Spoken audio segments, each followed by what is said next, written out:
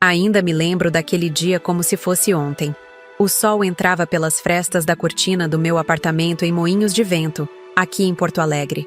Mas o calor que sentia não vinha de fora. Era o fogo da indignação que começava a queimar dentro do meu peito. O telefone tocou às 19h37. Eu estava preparando um chá de camomila, como fazia todas as noites desde que me aposentei da escola estadual, onde lecionei por 32 anos. Atendi sem olhar o identificador de chamadas. "Alô?", disse eu, com a voz serena que sempre mantive, mesmo nos momentos mais difíceis da sala de aula. "Mãe." A voz do meu filho Gabriel soou diferente daquela que conheci por toda a vida.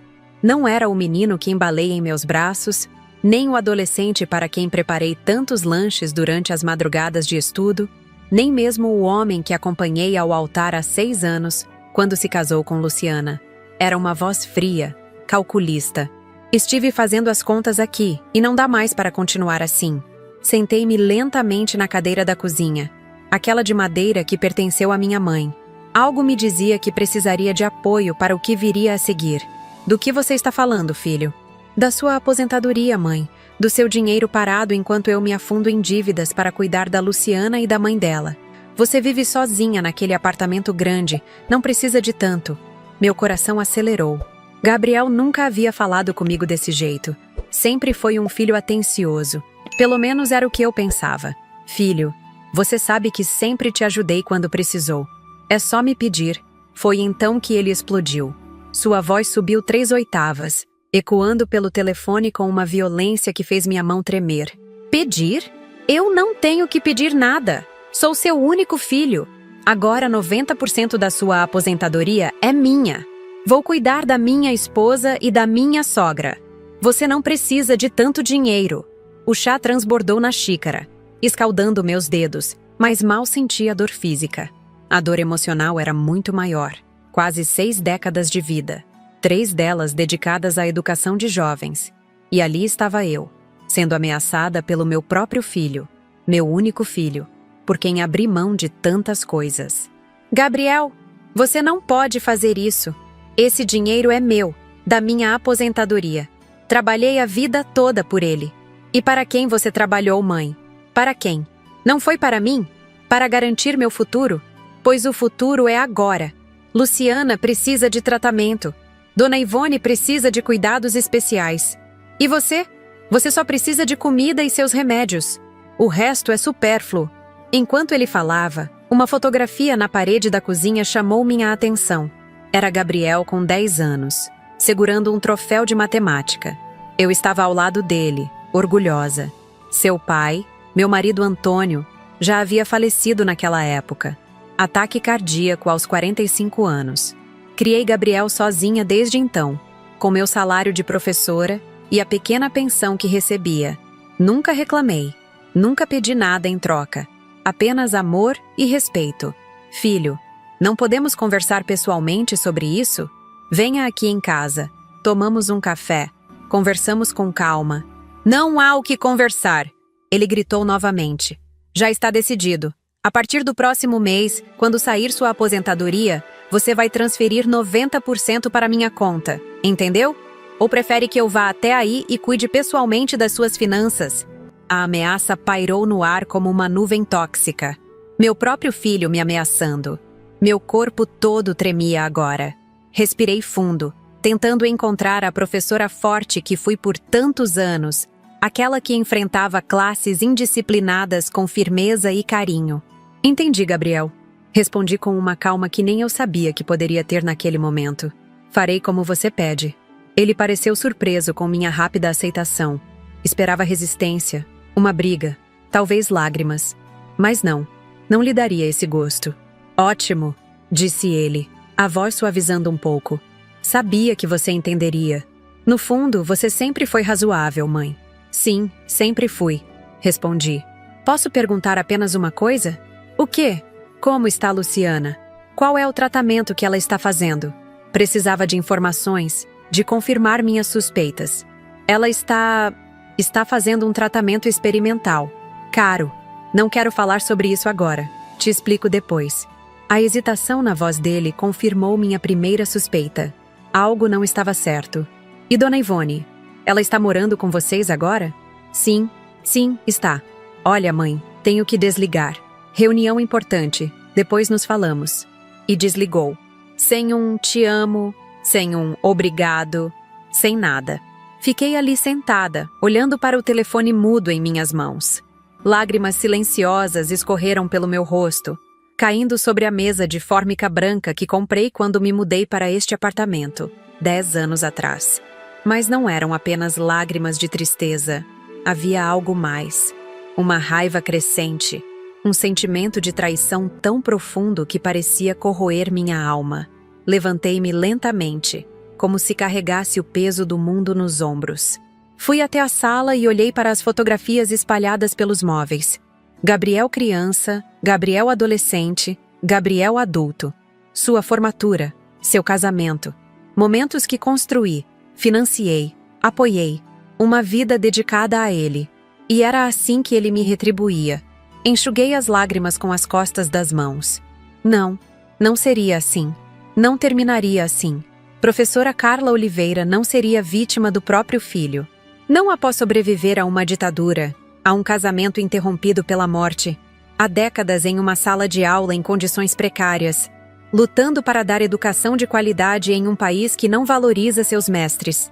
Peguei o telefone novamente e busquei um contato que não acionava há tempos. Dr. Maurício Cardoso, meu advogado desde que precisei resolver o inventário de Antônio. Homem íntegro, especialista em direito do idoso.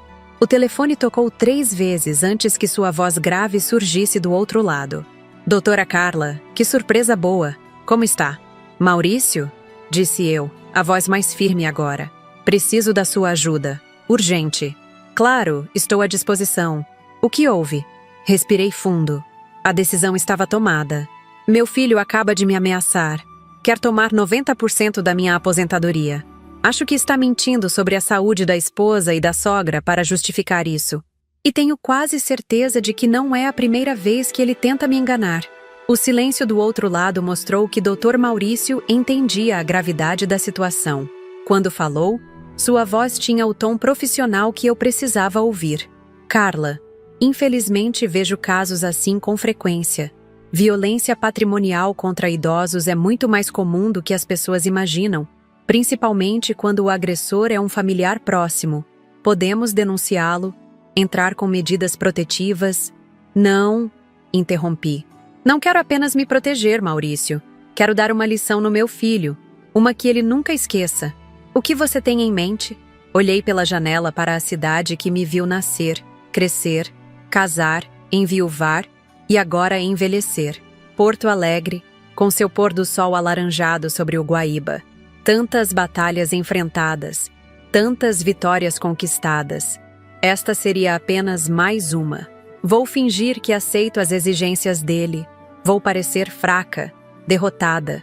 Mas enquanto isso, quero que investigamos tudo sobre os negócios do Gabriel, sobre a saúde da Luciana, sobre a situação da Dona Ivone. Quero descobrir o que realmente está acontecendo. E então, depois daquela ligação devastadora, chorei por horas sentada na minha poltrona favorita. O relógio da sala marcava quase meia-noite quando finalmente consegui me recompor. Peguei o porta-retratos com a foto de Gabriel na primeira comunhão. Olhos inocentes, sorriso sincero. Onde estava aquele menino agora? Como uma criança que cresceu cercada de amor poderia se transformar em um adulto tão cruel? A resposta não veio naquela noite. Adormeci ali mesmo, na poltrona, abraçada à fotografia como se pudesse, de alguma forma, trazer de volta o filho que conheci. Meus sonhos foram perturbados por pesadelos, onde Gabriel arrancava minha casa, minhas roupas, minha dignidade. Acordei suando frio por volta das 4 da manhã. Foi naquele momento, entre a escuridão da madrugada e os primeiros sinais da aurora, que algo mudou dentro de mim. Uma voz, talvez a da minha falecida mãe, sussurrou em meu ouvido. Respeito não se implora, Carla. Respeito se impõe. Levantei-me da poltrona com uma determinação que não sentia há anos. Meus joelhos doeram. A artrite não perdoa. Mas a dor física era insignificante comparada à dor da traição. Caminhei até a cozinha, Preparei um café forte e sentei-me à mesa para planejar meus próximos passos. Primeiro, precisava entender exatamente o que estava acontecendo. A hesitação na voz de Gabriel quando mencionei Luciana e Dona Ivone não me saía da cabeça. Meu instinto de mãe, aquele que nunca falha, dizia que havia algo muito errado nessa história. Talvez Luciana nem soubesse do plano dele. Talvez Dona Ivone nem estivesse morando com eles. Olhei para o calendário na parede. Minha aposentadoria cairia em 10 dias. Tempo suficiente para começar a agir. Assim que o relógio marcou 7 horas, liguei novamente para Dr. Maurício.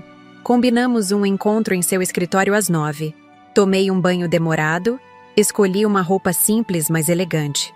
Um conjunto de calça e blazer azul marinho que usava nas reuniões escolares. E saí para enfrentar o primeiro dia do resto da minha vida. O escritório de Dr. Maurício ficava no centro histórico, num daqueles prédios antigos que contam a história da cidade em cada rachadura. Subi os 3 lances de escada lentamente. O elevador estava em manutenção, como sempre. Sua secretária, Dona Helena, me recebeu com um sorriso acolhedor. Carla, quanto tempo! Como está linda! Forcei um sorriso. Obrigada, Helena. Os anos passam para todos nós, não é? Para algumas melhor que para outras. Ela piscou. Maurício já vai recebê-la. Aceita um café? Aceitei o café mais por cortesia que por necessidade. Minutos depois, estava sentada na sala de Dr. Maurício, relatando em detalhes a ligação de Gabriel e minhas suspeitas. Então, concluí, quero fingir que aceito as exigências dele. Vou parecer frágil, derrotada, mas quero descobrir o que realmente está acontecendo. Dr. Maurício me observava com seus olhos atentos por trás dos óculos de armação grossa. Ele entrelaçou os dedos sobre a mesa de mogno. Carla, entendo sua dor, mas precisamos agir dentro da lei. Se confirmarmos que Gabriel está cometendo violência patrimonial contra você, podemos tomar medidas legais sérias.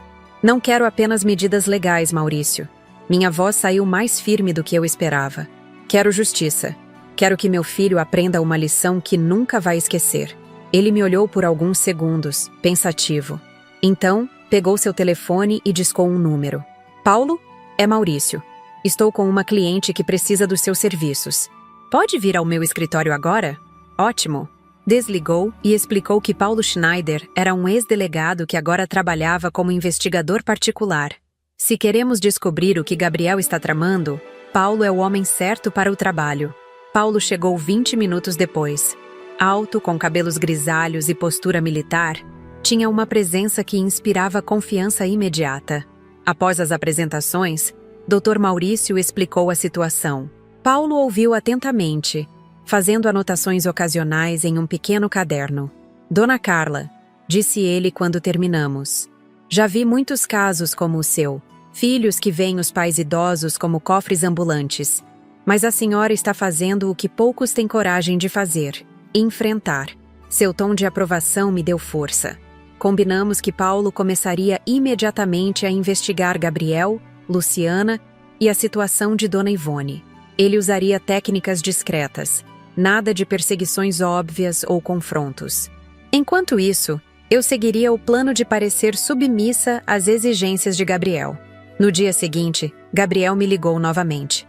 Sua voz estava mais calma, quase doce. Mãe, tudo bem? Pensei muito sobre nossa conversa ontem. Talvez tenha sido um pouco duro com você. Tudo bem, filho. Respondi com uma voz propositalmente frágil. Você está certo. Não preciso de tanto dinheiro. Vocês são jovens, têm mais necessidades. Pude sentir o alívio dele através do telefone. Ele esperava resistência, uma briga.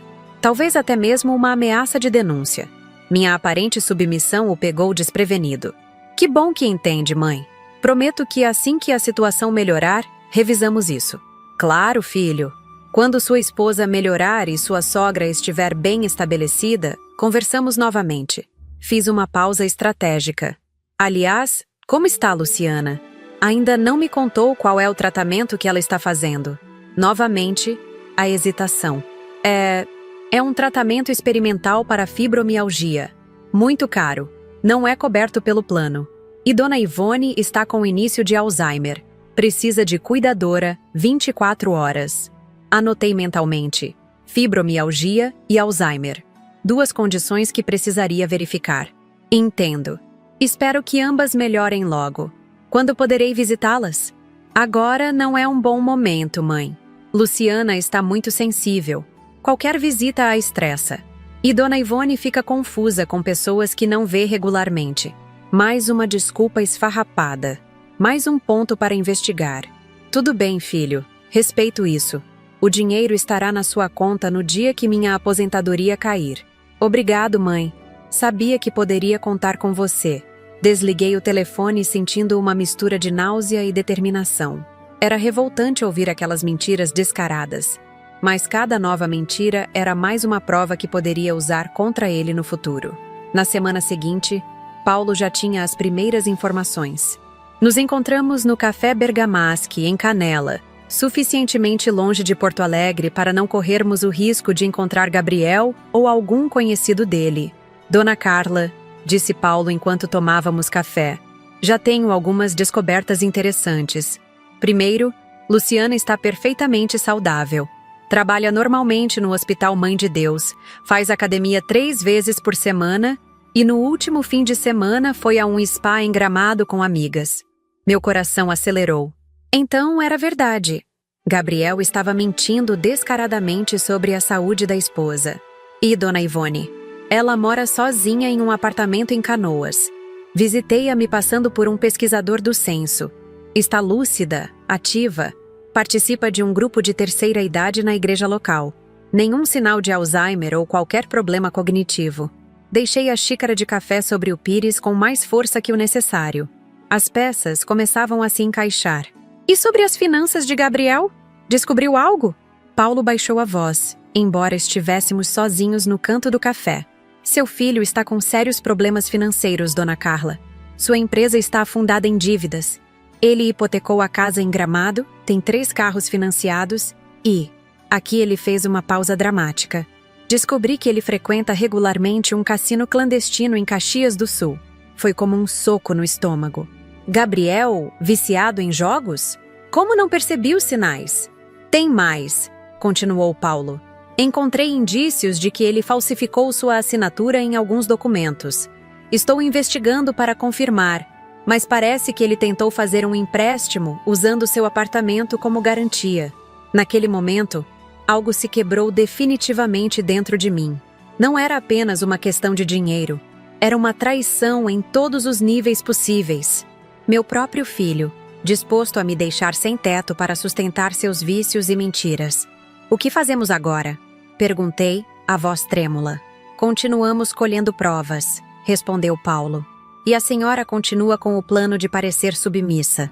Deixe que ele pense que venceu. Na semana seguinte, recebi minha aposentadoria. Como prometido, transferi 90% para a conta de Gabriel. Ele me ligou no mesmo dia. Recebi a transferência, mãe.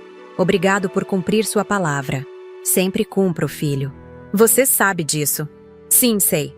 Olha, estou pensando em passar aí no domingo para almoçarmos juntos. O que acha? A proposta me pegou de surpresa. Seria uma armadilha? Uma forma de verificar se eu realmente estava resignada? Ou simplesmente culpa? Claro, filho. Vou preparar aquela lasanha que você gosta. No domingo, Gabriel apareceu sozinho. Estava bem vestido, perfumado, sorridente. Se eu não soubesse o que estava por trás daquele sorriso, teria me derretido de amor maternal. Servimos a lasanha, conversamos sobre amenidades. Ele falou sobre como Luciana estava melhorando e como Dona Ivone estava se adaptando bem à nova casa. Cada mentira era como uma pequena faca em meu coração, mas mantive o sorriso no rosto e a postura de mãe compreensiva. Antes de ir embora, Gabriel olhou ao redor do apartamento com um interesse que não demonstrava há anos. Mãe, este lugar é grande demais para você sozinha. Já pensou em se mudar para algo menor? Poderia economizar no condomínio, no IPTU? Ali estava, o próximo passo do plano dele. Primeiro a aposentadoria, depois a casa. Não sei, filho. Tenho tantas memórias aqui. Memórias são importantes, mas praticidade também. Pense nisso, tá? Podemos procurar um apartamentinho mais adequado para sua idade. Quando ele foi embora, liguei imediatamente para Dr. Maurício. Não poderia esperar até segunda-feira. Ele quer minha casa, Maurício. É o próximo passo. Já esperávamos por isso, Carla. Não se preocupe. Estamos um passo à frente dele. Nas semanas seguintes, nossa investigação avançou rapidamente. Paulo descobriu que Gabriel havia, de fato, falsificado minha assinatura em um empréstimo usando meu apartamento como garantia. O banco, felizmente, havia negado o pedido por inconsistências na documentação. Também descobrimos que Luciana não sabia das mentiras do marido sobre sua saúde, nem sobre as exigências financeiras que ele fazia a mim. Ela acreditava que eu estava ajudando voluntariamente com as despesas do casal. Minha sobrinha Fernanda, advogada em Canoas, encontrou uma antiga procuração que Gabriel nunca revogou, documento que eu havia esquecido completamente. Com ela, teríamos acesso legal a contas e investimentos dele, caso fosse necessário. Enquanto isso, continuei transferindo 90% da minha aposentadoria para Gabriel. Comecei a agir como se realmente estivesse com dificuldades financeiras. Comprava marcas mais baratas no supermercado, recusei convites para sair com amigas alegando falta de dinheiro, até cancelei a assinatura da TV a cabo. Gabriel observava tudo com uma satisfação mal disfarçada. 3 meses se passaram nessa dinâmica. Eu, aparentemente submissa e empobrecida. Gabriel, cada vez mais confiante e descuidado. Foi então que ele cometeu seu maior erro. Anunciou uma grande festa de aniversário em sua casa em Gramado. Vai ser algo simples, mãe. Só para os amigos mais próximos e alguns contatos de negócios. Simples significava, na linguagem de Gabriel, algo extravagante. Paulo confirmou. Gabriel havia contratado um buffet de luxo, uma banda conhecida, decoração temática, tudo para impressionar seus contatos empresariais e manter a fachada de sucesso. Era o momento perfeito para nosso contra-ataque. Na véspera da festa, me reuni com o Dr. Maurício, Paulo, Fernanda e, para minha surpresa, com Luciana. Paulo havia entrado em contato com ela, revelando parte de nossas descobertas. Inicialmente incrédula, Luciana logo se convenceu quando apresentamos provas das mentiras de Gabriel, incluindo a falsa história sobre sua doença e sobre o estado de saúde de sua mãe. Nunca imaginei, ela repetia, lágrimas escorrendo pelo rosto bonito. Como fui tão cega? Não se culpe, eu disse segurando suas mãos. Gabriel sempre foi bom em manipular pessoas. Acredite, ninguém está mais decepcionada que eu. Juntos, finalizamos os detalhes do nosso plano. Seria arriscado, dramático, potencialmente devastador para Gabriel, mas necessário, não apenas para recuperar o que era meu por direito, mas para dar a meu filho a lição que ele precisava aprender. Na noite da festa, enquanto me preparava para sair, parei um momento diante do espelho. Não reconheci de imediato a mulher que me encarava de volta. Cabelos perfeitamente arrumados, maquiagem discreta, mas impecável, vestido azul marinho elegante. Nos últimos meses, havia me acostumado com a imagem da velhinha frágil e derrotada que fingia ser para Gabriel. Mas naquela noite, professora Carla Oliveira estava de volta. Está na hora, disse para meu reflexo. Hoje, justiça será feita. E saí para a noite que mudaria para sempre a relação com meu filho. O caminho até Gramado nunca me pareceu tão longo. Dr. Maurício dirigia seu Volvo preto com a cautela de quem sabe que carrega não apenas passageiros, mas o peso de uma confrontação inevitável. Ao meu lado, no banco traseiro, Paulo verificava os documentos pela 10ª vez, organizando cada prova, cada evidência contra meu filho em uma pasta de couro marrom. Está tudo aqui, dona Carla, ele me assegurou. Não há como Gabriel negar. Balancei a cabeça, sentindo uma mistura contraditória de emoções. Parte de mim ainda sofria. Afinal, qual mãe deseja expor o próprio filho? Mas outra parte, talvez a mais forte agora, ansiava por justiça. Ele vai tentar negar, respondi. Gabriel sempre foi assim, desde criança. Quebrava algo e culpava o vento, tirava a nota baixa e dizia que o professor implicava com ele. Desta vez não haverá vento para culpar, disse Dr. Maurício, olhando-me brevemente pelo retrovisor.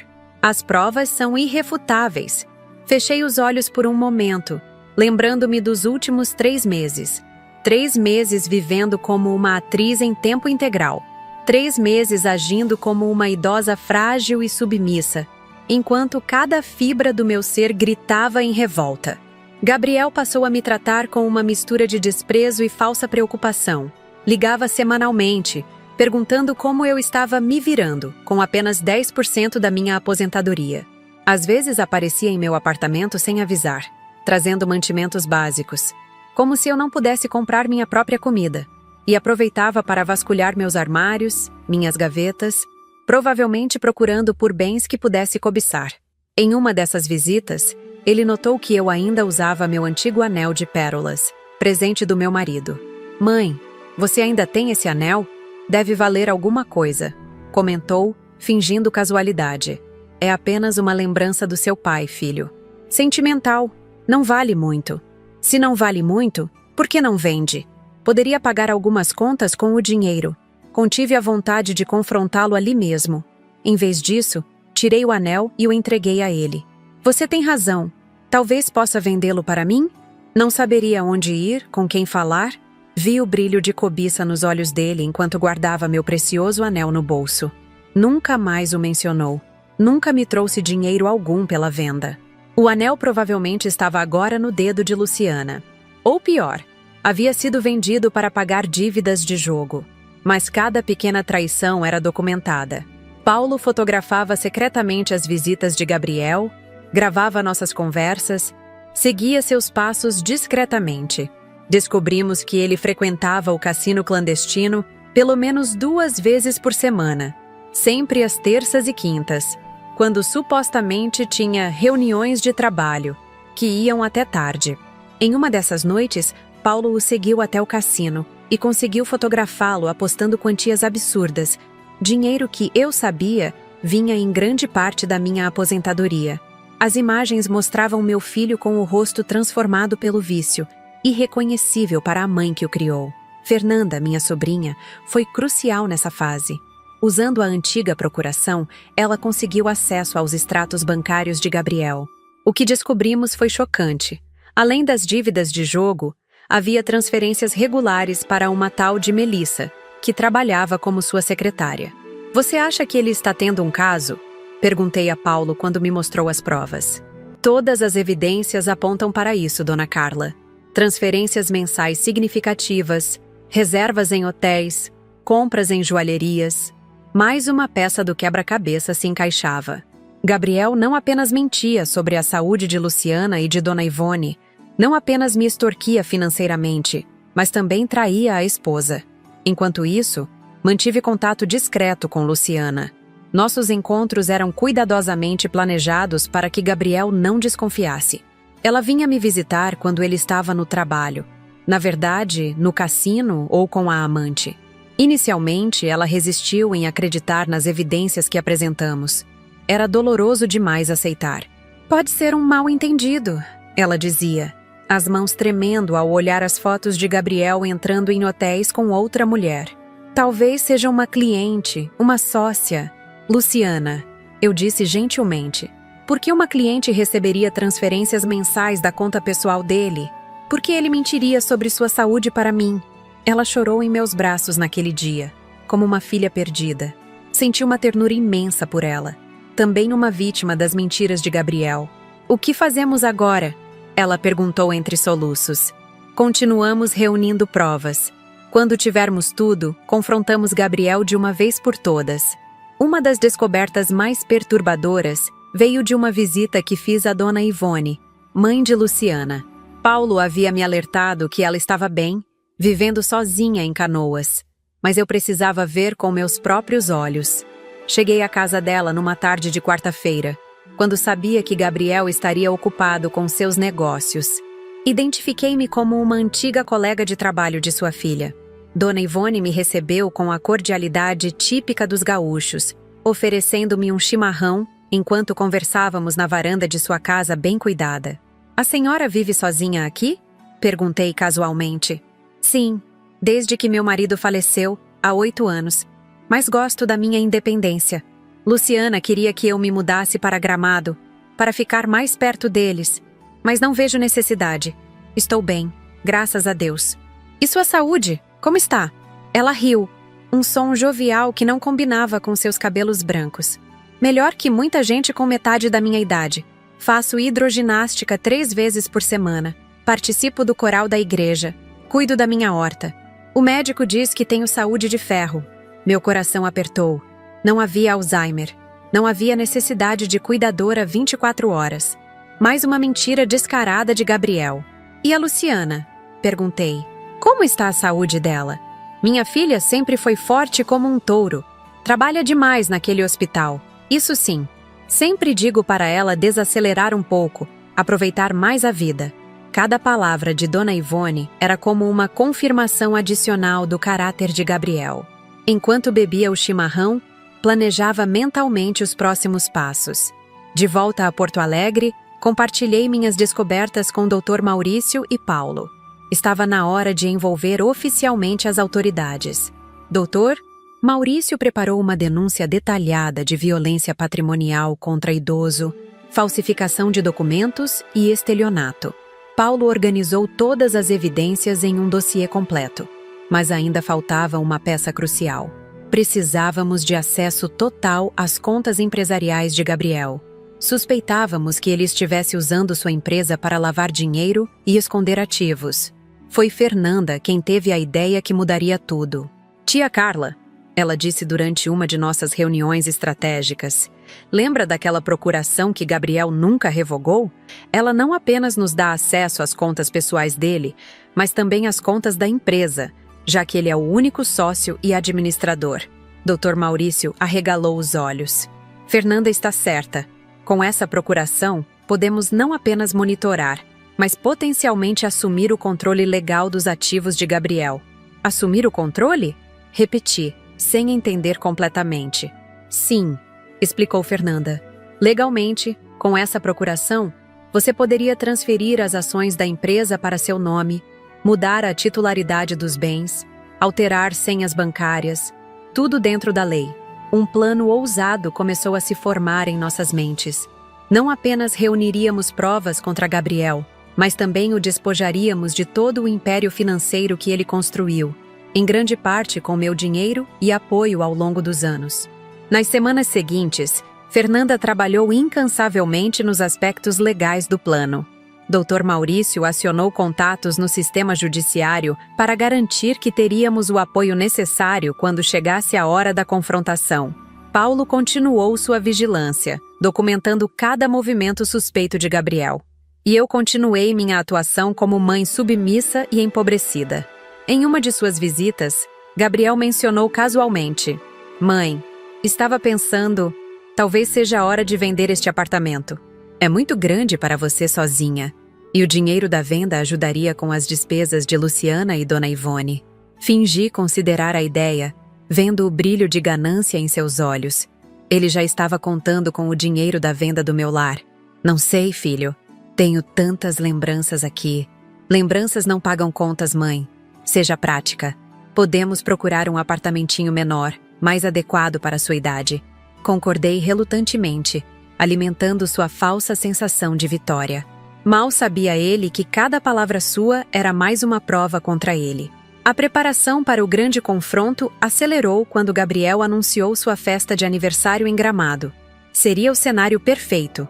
Todos os seus contatos empresariais reunidos, Luciana ao seu lado, a fachada completa do empresário bem-sucedido e do marido devotado. 2 dias antes da festa, tivemos nossa reunião final de planejamento. Doutor Maurício, Paulo, Fernanda, Luciana e eu nos reunimos no escritório do advogado para revisar cada detalhe do plano. Os oficiais de justiça estarão a postos, confirmou o Dr. Maurício. Tenho um amigo juiz que garantiu que a ordem de busca e apreensão será expedida a tempo. E as transferências bancárias? Perguntei a Fernanda. Tudo pronto, tia. No momento em que dermos o sinal, executamos as transferências. Legalmente, ele não poderá contestar, graças à procuração. Luciana parecia a mais nervosa entre nós. Segurei suas mãos entre as minhas. Tem certeza que quer participar disso? Perguntei gentilmente. Seria compreensível se preferisse ficar de fora. Ela enxugou uma lágrima teimosa e endireitou os ombros. Preciso estar lá. Não apenas por você, Dona Carla, mas por mim mesma. Preciso olhar nos olhos dele quando a verdade vier à tona. Na véspera da festa, não consegui dormir. Passei a noite revirando na cama, pensando em tudo que havia descoberto nos últimos meses. As mentiras, as traições, a crueldade calculada do meu próprio filho. Como chegamos a esse ponto? Onde eu havia errado na criação dele? Talvez tivesse sido permissiva demais após a morte do pai. Talvez tivesse compensado a ausência paterna com presentes materiais, ensinando-lhe sem querer que o amor poderia ser quantificado em reais. Ou talvez não fosse culpa minha de forma alguma. Talvez Gabriel tivesse simplesmente escolhido um caminho escuro que eu não pude impedir. De qualquer forma, era tarde demais para essas reflexões. O dano estava feito. Agora só restava garantir que ele enfrentasse as consequências de suas escolhas. Na manhã da festa, me preparei com um cuidado especial. Escolhi um vestido azul marinho elegante, mais discreto. Nada chamativo, nada que pudesse antecipar o drama que estava por vir. Arrumei meus cabelos grisalhos no salão. Fiz uma maquiagem leve que disfarçava as olheiras das noites mal dormidas. Olhando-me no espelho, vi não apenas Carla Oliveira, a mãe traída, mas também a professora que fui por 3 décadas. A mulher que enfrentou uma sala de aula cheia de adolescentes difíceis, que sobreviveu à perda precoce do marido, que criou um filho sozinha em tempos de escassez. Uma mulher forte que, por alguns meses, fingiu ser fraca para um propósito maior. "Está na hora", disse para meu reflexo. "Hoje, justiça será feita." Dr. Maurício passou para me buscar pontualmente às 18 horas. Paulo já estava no carro, revisando os documentos uma última vez. Fernanda nos encontraria diretamente em Gramado, juntamente com os oficiais de justiça. Luciana, por sua vez, já estaria na festa, desempenhando seu papel de esposa dedicada até o momento certo. Durante o trajeto para Gramado, mantive-me em silêncio, observando a paisagem pela janela. As luzes da cidade ficavam para trás, dando lugar às curvas sinuosas da Serra Gaúcha. O sol começava a se pôr, pintando o céu de tons alaranjados que contrastavam com o verde intenso das araucárias. "Está nervosa?" perguntou o Dr. Maurício, quebrando o silêncio. "Estranhamente não", respondi. "Sinto uma calma que não sentia há meses, como se finalmente estivesse fazendo o que é certo." Paulo sorriu do banco do passageiro. "A senhora é uma mulher de coragem, dona Carla. Poucas pessoas teriam a força para fazer o que está fazendo." Chegamos a Gramado quando as primeiras estrelas já pontilhavam o céu. A casa de Gabriel estava iluminada como um navio de cruzeiro na escuridão, com luzes coloridas no jardim e música alta escapando pelas janelas abertas. Carros luxuosos alinhavam-se na entrada, evidência do tipo de convidados que meu filho cultivava. Dr. Maurício estacionou a uma distância discreta. Fernanda já nos esperava na esquina, acompanhada de 2 oficiais de justiça em trajes civis. Não queríamos chamar atenção antes da hora. "Tia", ela me abraçou. "Está tudo pronto. Os documentos foram assinados pelo juiz há 1 hora. Temos autorização para proceder." Respirei fundo, sentindo o ar fresco da serra encher meus pulmões. Era um ar diferente do de Porto Alegre. Mais limpo, mais puro. Irônico que um confronto tão doloroso aconteceria em meio a tanta beleza natural. "Vamos", disse, ajustando meu chale sobre os ombros. "Não quero perder a festa do meu filho." E assim, nosso pequeno grupo caminhou em direção à casa iluminada, carregando não presentes de aniversário, mas o peso da verdade que estava prestes a vir à tona. Entramos pela porta principal sem anunciar nossa chegada. O segurança contratado para a festa tentou nos barrar, mas Dr. Maurício mostrou discretamente os documentos oficiais, e o homem recuou, confuso. A música alta abafava nossos passos enquanto avançávamos pelo corredor decorado com fotos de Gabriel em momentos de suposto sucesso. Inaugurações, formaturas, viagens. Uma narrativa visual cuidadosamente construída para esconder a verdade sórdida por trás da fachada. O salão principal estava repleto. Reconheci rostos do círculo empresarial de Porto Alegre, alguns políticos locais, figuras influentes da sociedade gaúcha, todos erguendo taças em homenagem ao aniversariante, inconscientes do teatro que assistiam. Gabriel circulava entre os convidados com um sorriso brilhante, vestindo um terno que eu sabia custar mais que 3 meses da minha aposentadoria. Ao seu lado, Luciana sorria mecanicamente, representando seu papel de esposa perfeita, enquanto seus olhos revelavam o conhecimento do que estava prestes a acontecer. Por um momento, fiquei apenas observando. Meu filho, meu único filho, no auge de seu falso império. Era como assistir a uma peça onde apenas alguns conheciam o roteiro verdadeiro. Senti uma pontada de tristeza atravessar meu peito. Como chegamos a esse ponto? Em que momento perdi aquele menino de olhos brilhantes que sonhava em ser astronauta? Gabriel finalmente nos notou. Vi seu rosto empalidecer brevemente antes que ele recuperasse a compostura e viesse em nossa direção, ainda mantendo o sorriso de anfitrião. "Mãe, que surpresa maravilhosa!" exclamou, abraçando-me com falsa efusividade. Então percebeu quem me acompanhava. "Doutor Maurício? Senhor Paulo? O que fazem aqui?" "Viemos trazer seu presente de aniversário, Gabriel", respondi calmamente. Seus olhos oscilaram entre nós, tentando avaliar a situação. "Não precisava se incomodar, mãe. Sei que anda economizando." A ironia em sua voz era como sal em uma ferida aberta. 3 meses de humilhação condensados naquela frase aparentemente inocente. "Não foi incômodo algum, filho. Na verdade, foi um prazer preparar este presente especial para você."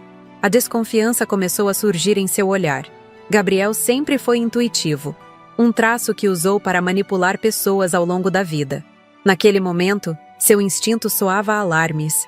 "Por que não conversamos em particular?" sugeriu, tentando nos afastar dos convidados. "No escritório, talvez?" "Não será necessário", respondi.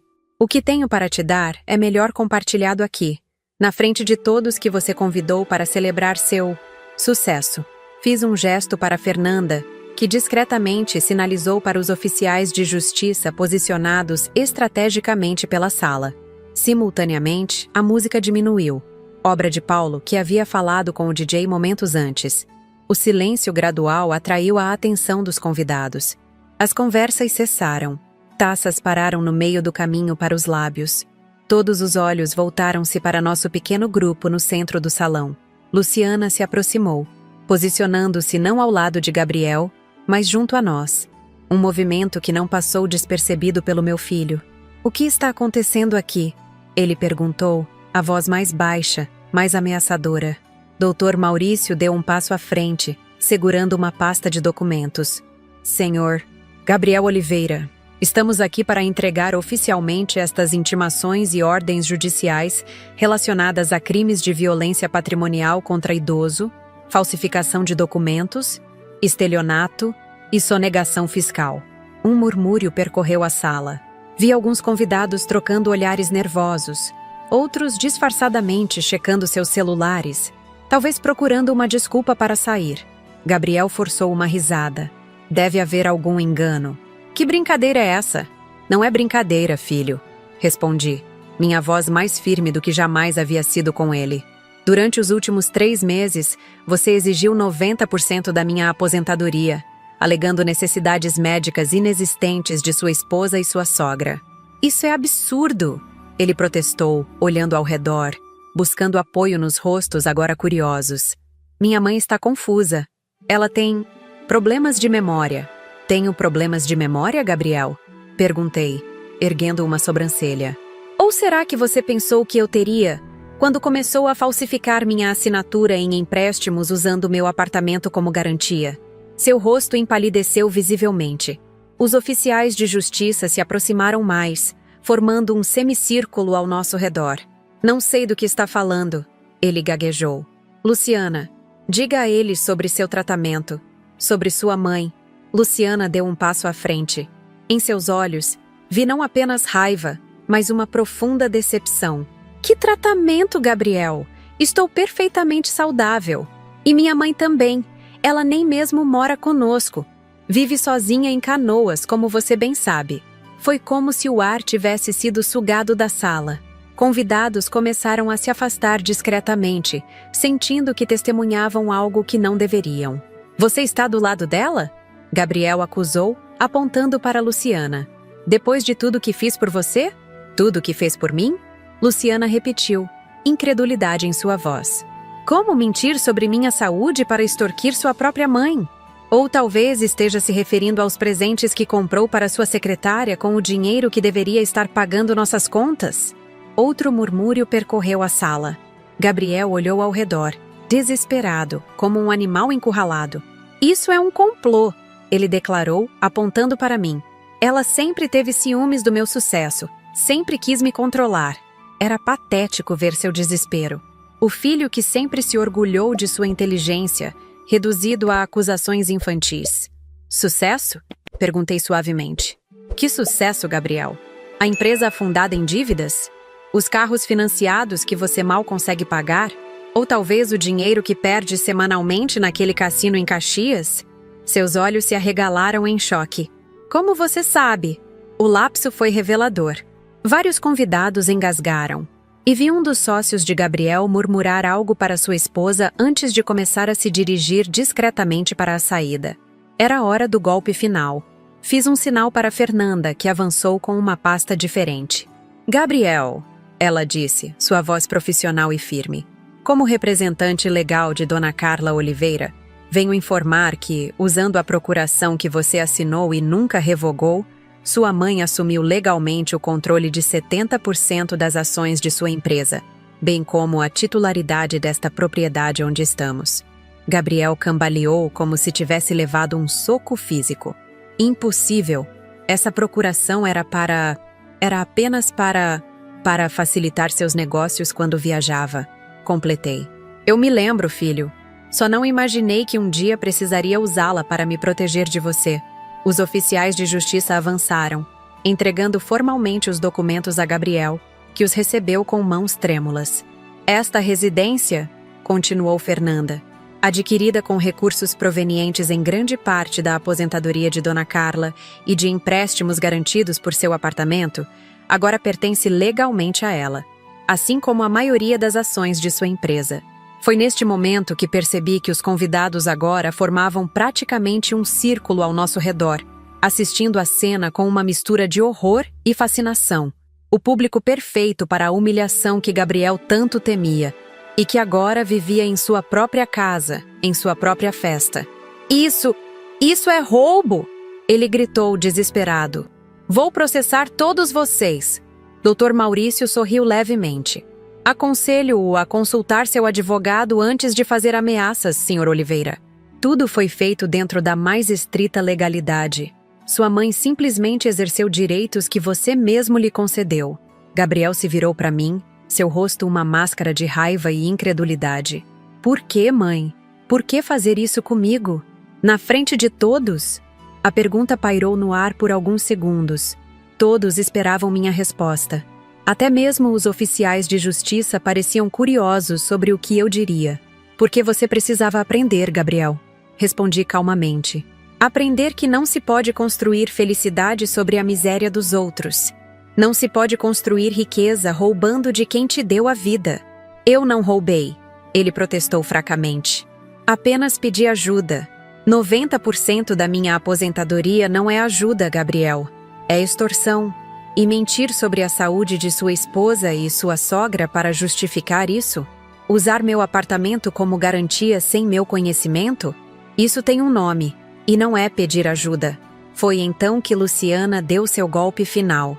Caminhou até Gabriel, encarou-o por um momento e jogou uma taça de champanhe diretamente em seu rosto. O líquido dourado escorreu por seu terno caro, manchando a camisa branca. Isso é por todas as mentiras, ela disse, sua voz tremendo de emoção. Por me usar como desculpa para roubar sua própria mãe.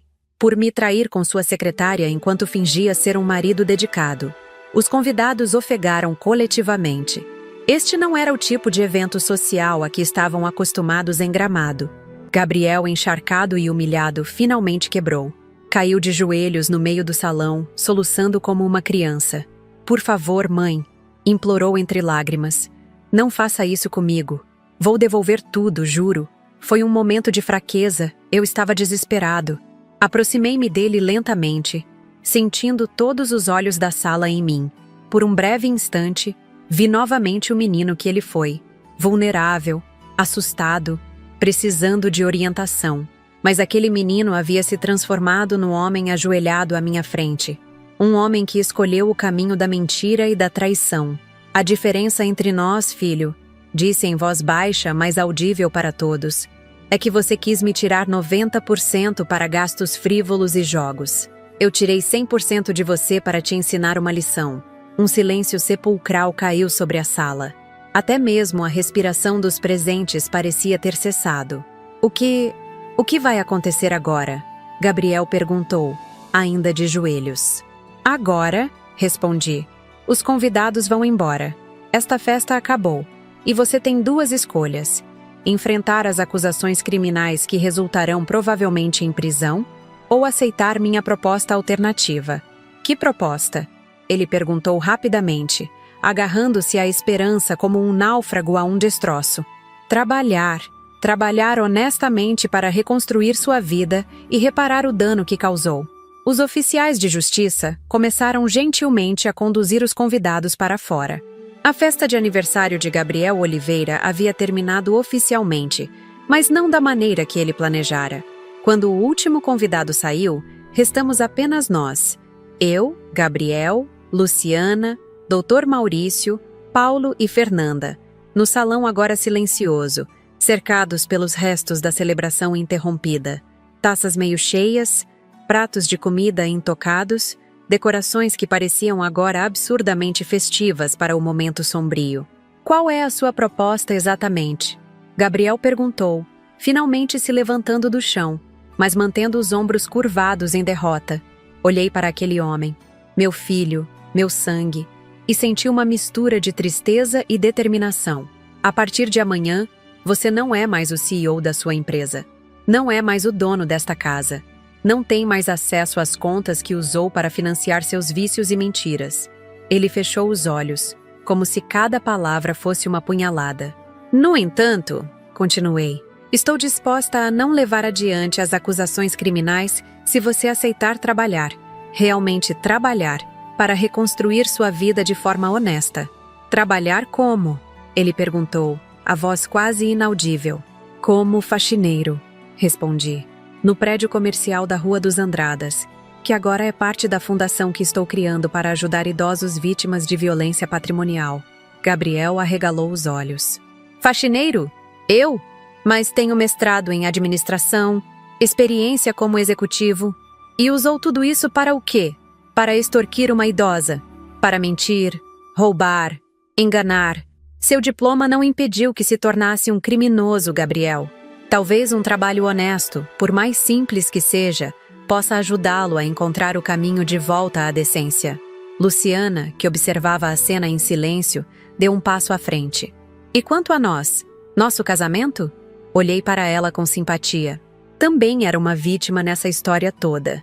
Isso é entre vocês dois, respondi. Mas se decidir permanecer com ele, saiba que ele não terá nada material para oferecer por um bom tempo. Gabriel olhou para a esposa, uma súplica silenciosa em seus olhos. Ela sustentou seu olhar por um momento, depois balançou a cabeça. Preciso de tempo, Gabriel.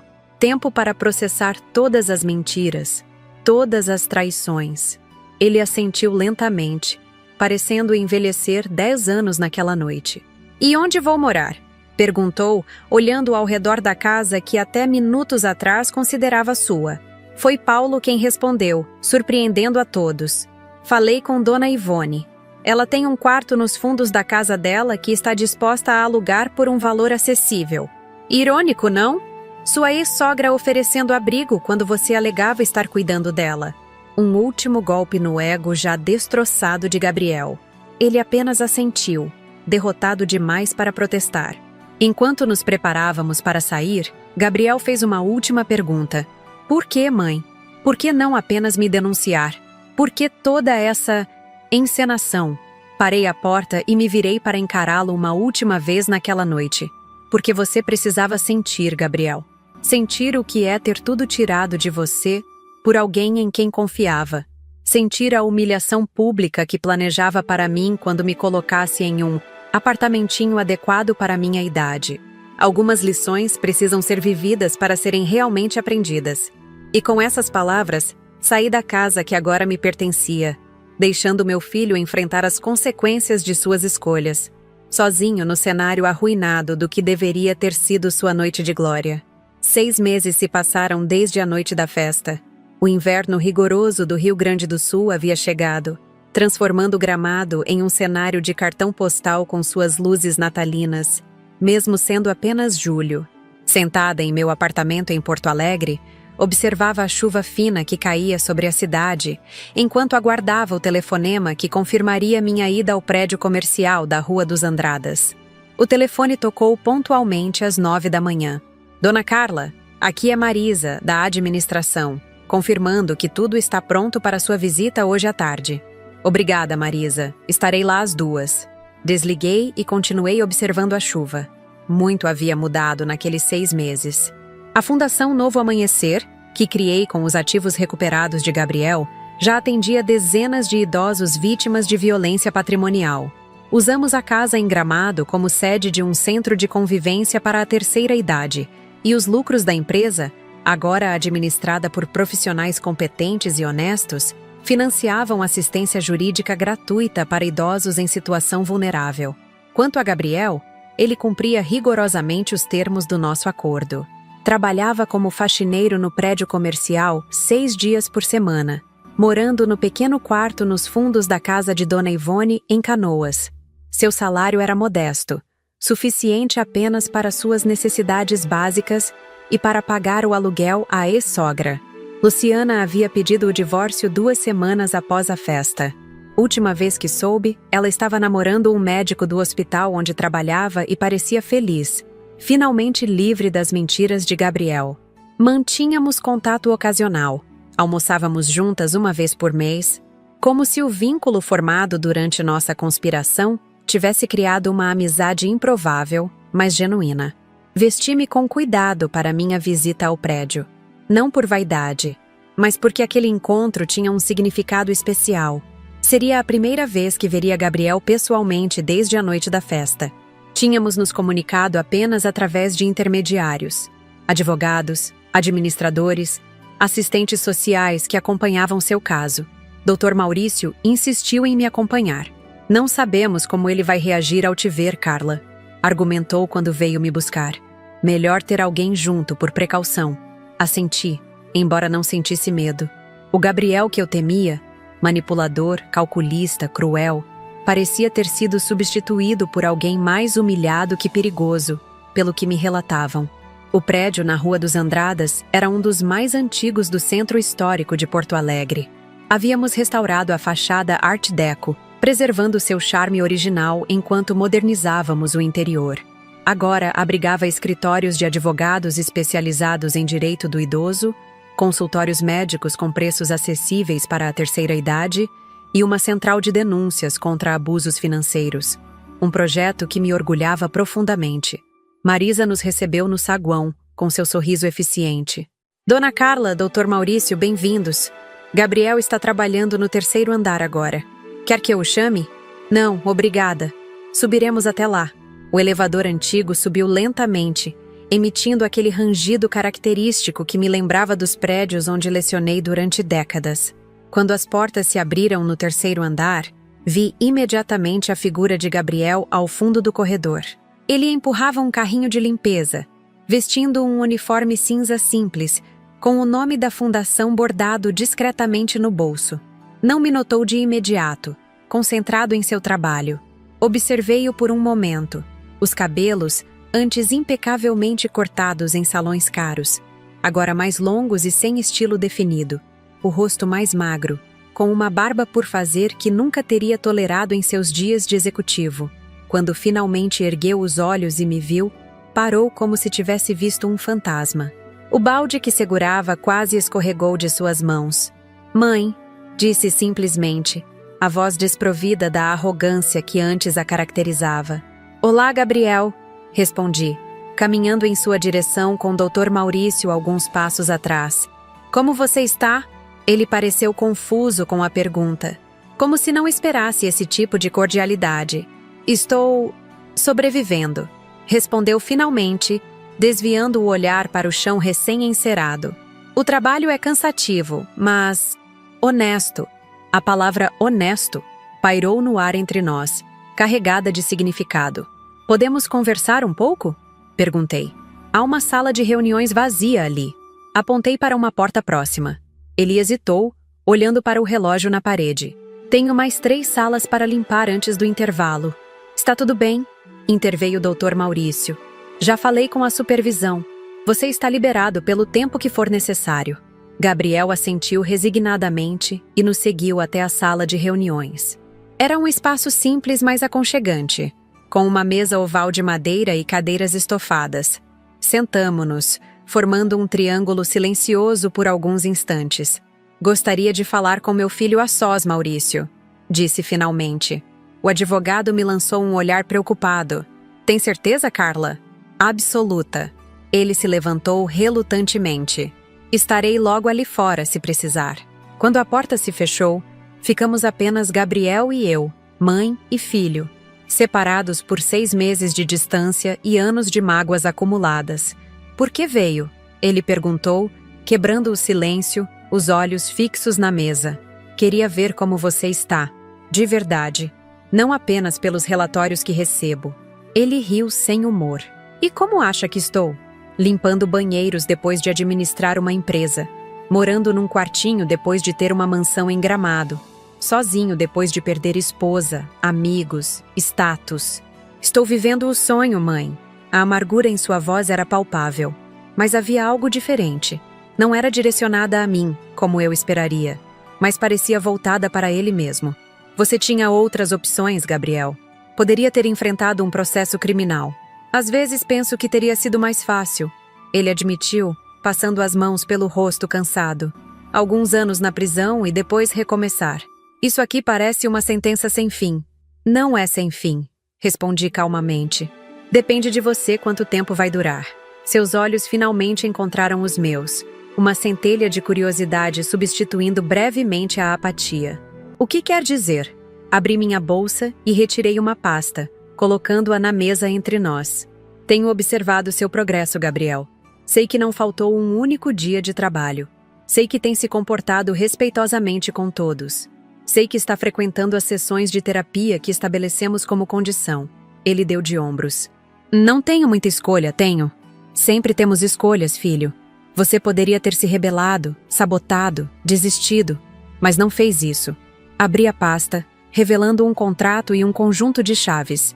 O que é isso? Ele perguntou confuso. Uma oportunidade, respondi. A fundação está abrindo um novo centro de apoio a idosos em Canoas. Precisamos de um administrador, alguém com formação na área, mas também com uma compreensão profunda do problema da violência patrimonial. Ele me encarou, incrédulo. Está me oferecendo um emprego administrativo? Depois de tudo? Estou oferecendo uma chance de reconstrução, Gabriel. Não será CEO, não terá poder sobre finanças, e seu salário será modesto no início. Mas é um trabalho que usa suas habilidades para algo positivo, algo que pode, de alguma forma, compensar o mal que fez. Ele olhou para o contrato, hesitante, como se temesse que fosse uma armadilha. E as chaves? De um pequeno apartamento próximo ao centro. Nada luxuoso, mas melhor que o quarto onde está agora. Parte do seu salário será descontada como aluguel, até que esteja em condições de buscar algo por conta própria. Gabriel ficou em silêncio por um longo momento, absorvendo a proposta. Quando falou, sua voz estava embargada. Por quê? Por que está fazendo isso por mim? Depois do que fiz com você? Era a pergunta que eu esperava. A que havia me preparado para responder durante toda a viagem até ali. Porque sou sua mãe, Gabriel.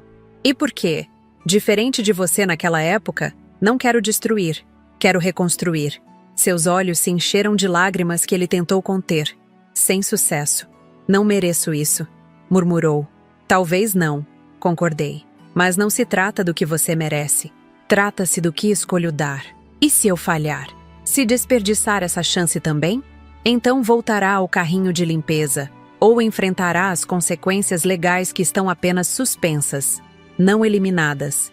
Esta é sua única chance, Gabriel. Não haverá outra.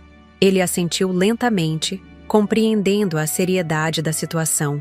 Quando começaria? Em 2 semanas. Tempo suficiente para treinar seu substituto aqui e se instalar no novo apartamento. Gabriel olhou para suas mãos. Mãos que antes assinavam contratos milionários e agora tinham calos do trabalho braçal. Mãos que haviam roubado de sua própria mãe e agora poderiam, talvez, começar a retribuir a sociedade. Aceito, disse finalmente. E obrigado. E não era um pedido de desculpas. Ainda não, mas era um início, um reconhecimento do valor da oportunidade oferecida. Assinamos o contrato ali mesmo, com Dr. Maurício retornando para servir como testemunha. Gabriel parecia uma mistura curiosa de aliviado e apreensivo, como alguém que recebe uma tábua de salvação no meio do oceano, mas ainda tem um longo caminho até a costa. Quando nos despedimos no corredor, ele hesitou, como se quisesse dizer algo mais. Finalmente, reuniu coragem.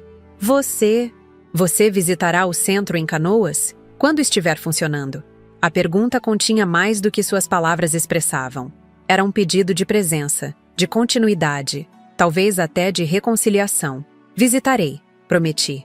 É um projeto importante para a fundação. Ele assentiu, entendendo que eu mantinha uma distância emocional proposital.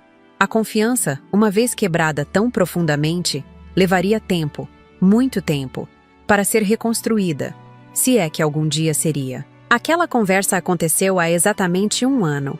Hoje, observo Gabriel de longe, enquanto ele coordena uma atividade com um grupo de idosos no centro de Canoas. Está magro, mas de uma forma saudável agora, não mais pelo estresse. Seu rosto perdeu aquela dureza que a ganância havia esculpido, substituída por uma expressão mais serena, mais genuína. O centro, sob sua administração, tornou-se um dos mais bem-sucedidos da fundação. Não porque ele tenha voltado aos seus dias de negócios agressivos, mas porque encontrou uma vocação inesperada no trabalho com idosos. Talvez por culpa, talvez por redenção, talvez por uma combinação de ambos. Gabriel dedica-se integralmente ao bem-estar daqueles que antes via apenas como alvos potenciais. Luciana se casou com o médico e está esperando seu primeiro filho. Convidou-me para ser a avó da criança, um gesto que me comoveu profundamente. Gabriel soube do convite e, surpreendentemente, me incentivou a aceitar. Você será uma avó maravilhosa, disse em uma de nossas raras conversas telefônicas. Melhor do que fui como filho. Hoje, porém, tenho um propósito específico ao visitar o centro. Na minha bolsa, carrego um pequeno estojo de veludo. Espero que a atividade termine e os idosos se dispersem para o lanche da tarde antes de me aproximar de Gabriel. Mãe, ele diz, surpreso por me ver ali, sem aviso prévio. Aconteceu alguma coisa? Nada de grave, respondo. Apenas trouxe algo para você. Entrego-lhe o estojo. Ele o abre com cautela, revelando o antigo anel de pérolas que meu marido me deu. O mesmo que Gabriel havia pego para vender durante meus dias de fingida submissão. Como conseguiu de volta? Ele pergunta, visivelmente emocionado. Paulo o encontrou na casa de penhores onde você o deixou. Paguei para resgatá-lo. Gabriel segura o anel como se fosse algo sagrado, suas mãos tremendo levemente. Eu ia usar o dinheiro para pagar uma dívida de jogo, confessa, a vergonha evidente em sua voz. Mas no último minuto não consegui. Deixei como garantia de um empréstimo, prometendo voltar para resgatá-lo. Nunca consegui. Sei disso, respondo. O dono da casa de penhores me contou que você chorou quando deixou o anel lá. Disse que você prometeu voltar, que era uma herança de família. Gabriel abaixa a cabeça, as lágrimas agora correndo livremente por seu rosto. Era o último limite que não consegui cruzar, murmura. Vender a última lembrança do meu pai. É por isso que trouxe de volta para você, digo surpreendendo-o. Não para mim, mas para você guardar. Para mim? Sim, como um lembrete do homem que seu pai foi. Honesto, trabalhador, dedicado. E do homem que você pode ser novamente se continuar no caminho que escolheu. Gabriel fecha a mão sobre o anel, como se segurasse não apenas um objeto, mas uma promessa, um compromisso. Eu sinto muito, mãe, diz finalmente, as palavras que esperei ouvir por tanto tempo. Por tudo, pelo que fiz, pelo que planejava fazer. Não há desculpa. Não há, concordo. Mas há redenção, Gabriel. Há reconstrução. E você já começou. Olho ao redor, para o centro cheio de vida, para os rostos sorridentes dos idosos que encontraram ali um lugar de acolhimento e dignidade. Isso não apaga o passado, continuo, mas constrói um futuro diferente. Um futuro em que talvez um dia possamos realmente ser mãe e filho novamente, e não apenas ex-vítima e ex-agressor. Gabriel guarda o estojo no bolso, próximo ao coração. É tudo o que quero, mãe. Uma chance de ser seu filho de novo. Quando me preparo para sair, ele me acompanha até a porta. No caminho, passamos por um mural de fotos, atividades do centro, rostos sorridentes de idosos, pequenas vitórias diárias. Em um canto, vejo uma foto minha, do dia da inauguração. Você é a inspiração deste lugar, Gabriel diz, seguindo meu olhar. Sem sua força, sem sua coragem de me enfrentar, nada disso existiria. Às vezes, precisamos perder tudo para encontrar o que realmente importa. Respondo. Ao sair, vejo-o voltar para seus afazeres. Não mais o empresário arrogante que tentou me roubar. Não mais o faxineiro humilhado cumprindo uma pena. Mas um homem buscando seu próprio caminho de redenção. A lição foi dura. Talvez mais dura do que planejei inicialmente. Mas enquanto observo meu filho orientando gentilmente uma senhora idosa, penso que talvez, apenas talvez, tenha sido a lição de que ele precisava. E que eu, em minha dor e indignação, precisava dar. Hoje, quando olho pela janela do meu apartamento em Porto Alegre e vejo a vida seguindo seu curso natural, percebo que minha história não é apenas sobre vingança ou justiça. É sobre recomeços, sobre limites que precisam ser estabelecidos, sobre amor que às vezes precisa ser firme para ser verdadeiro. Nunca imaginei, aos 68 anos, que precisaria enfrentar meu próprio filho para proteger não apenas meu patrimônio, mas minha dignidade. Como professora aposentada, passei a vida ensinando valores, formando cidadãos, acreditando que meu exemplo em casa seria suficiente para criar um filho íntegro. A vida me mostrou que nem sempre nossos esforços garantem os resultados que esperamos. Quando Gabriel me ligou naquela noite exigindo 90% da minha aposentadoria, usando mentiras sobre a saúde de sua esposa e sua sogra, senti o mundo desabar. Mas em vez de me entregar ao desespero, decidi lutar. Não apenas por mim, mas por todos os idosos que sofrem calados, que têm seus recursos drenados por familiares inescrupulosos, que veem a vida que construíram ser usurpada por aqueles que deveriam protegê-los. O plano que elaborei com o Dr. Maurício, Paulo, Fernanda e Luciana não foi fácil de executar. Durante 3 meses, vivi como uma atriz, fingindo submissão, aceitando humilhações, observando meu filho afundar cada vez mais em sua própria ganância. Cada transferência bancária que fazia, cada visita em que ele vasculhava minha casa em busca de bens para cobiçar, cada mentira que contava, tudo era documentado. Tudo fazia parte de um dossiê que crescia dia após dia. A confrontação na festa de aniversário de Gabriel foi o momento mais difícil e também o mais necessário. Ver meu filho de joelhos, humilhado diante de seus convidados, implorando por clemência, que mãe desejaria isso? Mas também, que mãe desejaria ser explorada pelo próprio filho? A vida às vezes nos coloca em encruzilhadas onde todas as escolhas são dolorosas. Optei por uma lição severa em vez de um processo criminal. Gabriel perdeu tudo: sua casa, sua empresa, seu casamento, seu status social. Tornou-se faxineiro no prédio que antes lhe pertencia, vivendo em um quartinho nos fundos da casa de sua ex-sogra. Uma queda drástica para quem planejava me confinar em um apartamentinho adequado para minha idade, enquanto desfrutava dos frutos do meu trabalho. Mas minha história não termina com vingança. Termina com reconstrução. Depois de 6 meses vendo Gabriel cumprir rigorosamente sua punição, ofereci-lhe uma chance de recomeçar. Não no topo, mas em um lugar onde poderia usar suas habilidades para o bem. Hoje, ele administra um dos centros da Fundação Novo Amanhecer, ajudando os mesmos idosos que antes via como alvos potenciais. O anel de pérolas que ele tentou vender, última lembrança do pai que perdeu tão cedo, agora está de volta com ele. Não como uma joia, mas como um símbolo do homem que pode se tornar novamente. Nosso relacionamento ainda está em reconstrução, assim como sua vida. Algumas feridas são profundas demais para cicatrizar completamente, mas estamos encontrando um novo caminho, um novo entendimento. Esta não é apenas uma história de vingança, mas de justiça. Não é apenas sobre punição, mas sobre redenção. Não é apenas sobre perda, mas sobre reconstrução. É a história de uma mãe que amou seu filho o suficiente para impedir que ele continuasse em um caminho destrutivo, mesmo que isso significasse causar dor a ambos.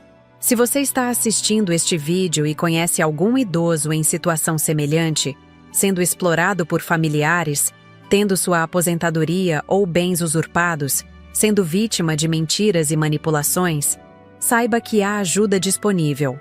Ninguém precisa sofrer em silêncio. Ninguém deve aceitar o abuso como parte natural do envelhecimento. Criei a Fundação Novo Amanhecer precisamente para ajudar pessoas nessa situação. Transformei minha dor em propósito, minha indignação em ação.